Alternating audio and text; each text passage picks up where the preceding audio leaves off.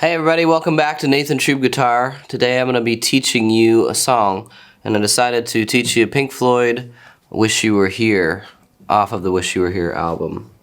I like to teach this song to my intermediate students because it has a nice mixture of chords, but it also has this kind of fun riffy stuff in it too, that's more single note based, kind of melodic, getting into a little bit of some of the concepts of soloing. Now in this video I'm not going to get super technical on what's going on in the song from a theory standpoint. I'm just going to teach it to you so you have something to play. So some of these concepts might be new to you, but there's no problem with that when you're learning guitar, to once in a while just learn something, looking forward to learning, you know, what you're doing actually in the song. So this one will be for the people who just kind of want to learn how to play Wish You Were Here and the concepts inside of it. So the first thing we're going to do is talk about the chords that are in the song. If you don't know these chords, learn these first and get them down, and then the video will be a lot easier to, you know, play along with. The first chord that we're going to do is this G chord here. Now some people play G like this, like this. There's also a version with your two fingers on the top. That is the one that they're going to be using in their song. It doesn't make the chord a different name, it's just another version of G. So we got G like that, okay? The next chord we're going to look at is kind of a partial chord, only playing 4 strings, but it's an E minor 7. And we put our pointer finger on the 2nd fret, open, and then we keep those same top 2 notes for a lot of the chords in the verse. So that's an E minor 7. Okay, another chord that he goes to in the song is that same exact shape, except you expose and play the open A string. And what that does, by just adding that one A note as your root, turns it into what we call an A7 sus. A7 sus, if I play only the top 4 strings, E minor 7. You can hear that better if I... But they don't play that low note, just to give you a better idea of what that full chord sounds like. Or... Okay. A7 sus, E minor 7, and G. So that's all the chords we'll need to know for the first part of the song. So let's get into it. If we start on the G chord here, the first riff that happens is a hammer-on the open A string or the 5th string. Again, I've talked about this in other videos, but a hammer-on is where you pluck a note and you get 2 notes out of the same pluck because you're using your finger in that hammer-like fashion. Then I keep moving up the strings to open D and landing on E. Keep in mind, I've kept these 2 fingers down this whole time. So here's that riff.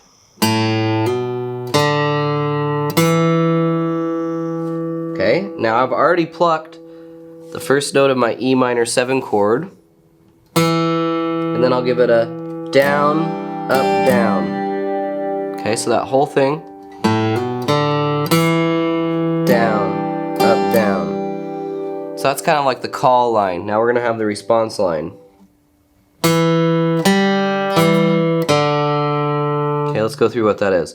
I'm on that E note of the E minor 7, open G, and I like to take my finger off as I play each note, almost like you're jumping from stepping stone to stepping stone. Just because you don't want it to ring together like this. That's just a more kind of lazy way, and it doesn't sound like how they originally played on the recording. So you don't have to lift up very far. E, G, E, D. And then we go to the full G chord again with just that down, up, down. Okay, so here's the whole thing so far, very slowly.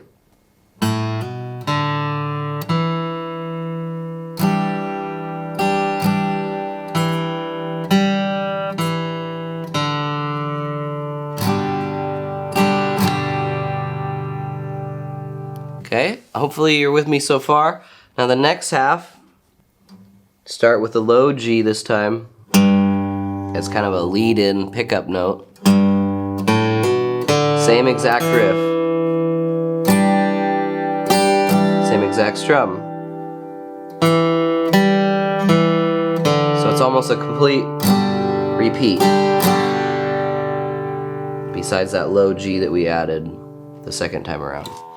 So that's the first half of the verse or intro verse, and I'm going to play it a little bit more up to speed for some of you more advanced people.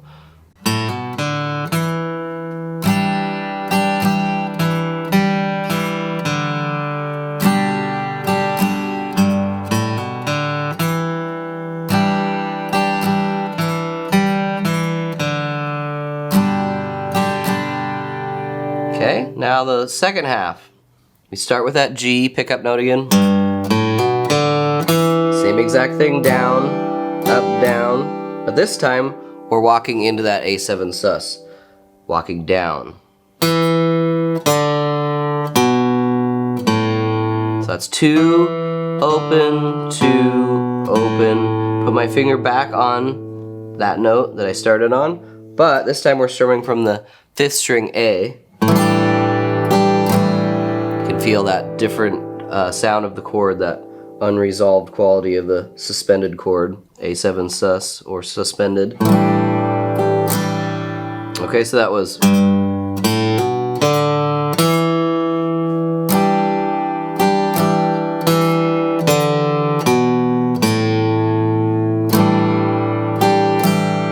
back up to E minor 7, strum. Walk down to A. One part to end it. Hammer on. Open 2 on the 5th string. Back to open. And on the G note. Then you just strum out G for 2 measures. Okay, so that's the whole intro riff right there. I'm going to play the whole thing now back to you. First time, it's just G to E minor.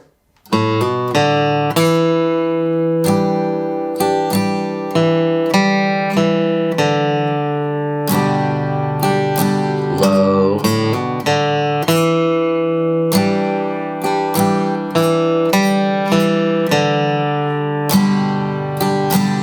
Third time, where we walk down to A.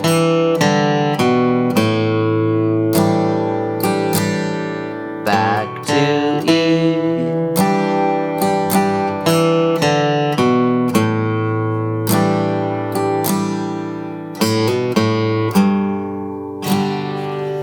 Okay, so that's the intro riff, and then the second time through, that guitar keeps going, and then you hear the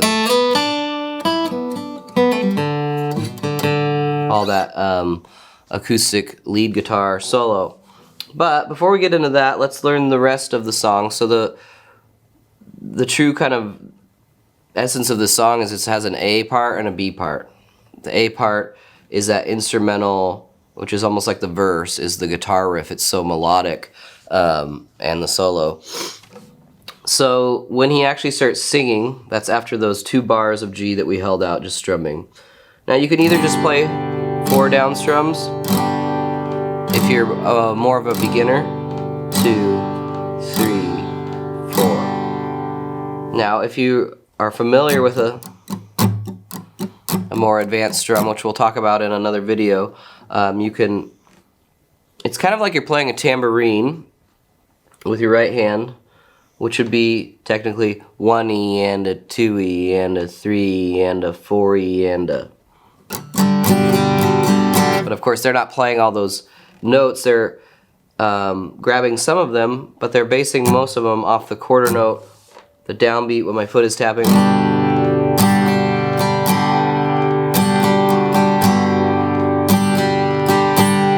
can kind of see how I'm just still creating that kind of pendulum swing, but I'm deciding when I'm gonna hit and when I'm gonna not, okay? So that's something that you can practice, and we'll have other videos about more technical strum patterns and that kind of thing. But it's totally fine to just have those strong beats. 1, 2, 3, 4. 1, 2, 3. And then he gets into the so you wish you were here part. So let's go over those chords first again. So if you're familiar with your open chords, which you should be at some point, and get to know that, just kind of all the regular ones that you can memorize. You know, just go through A, B, C, D, and see which ones you can play open, and then their minor counterparts. If you already know C, he plays C, but a little bit differently. It's what we call C over G. So that'd be written C/G.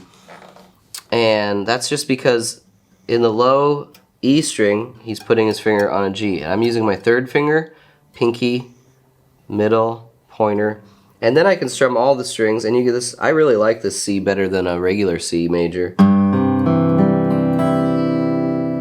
And it just has this like deep, rich quality to it.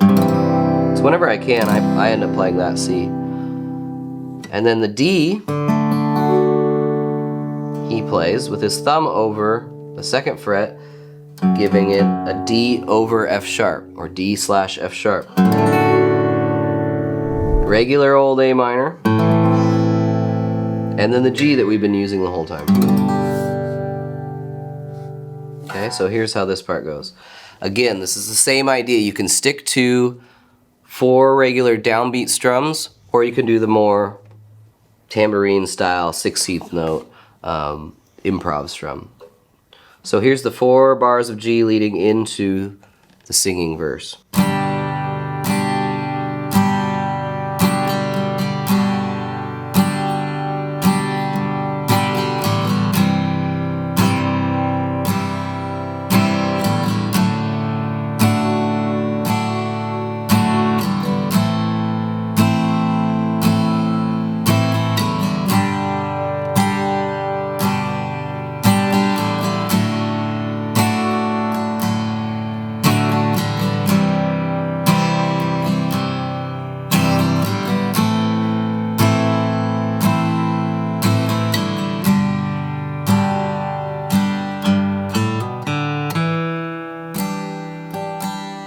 And the whole song basically is going back between that intro verse riff and that kind of chorus singing part with the words.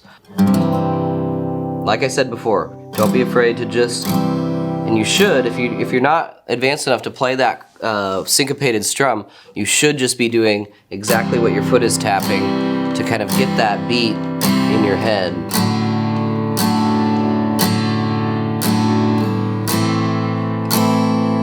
I'd encourage you to do it with a metronome too. Sometimes we think we're on, but it's just kind of, our rhythm isn't as good as we think it is a lot of times. So the metronome kind of keeps us, you know, on the right path, basically.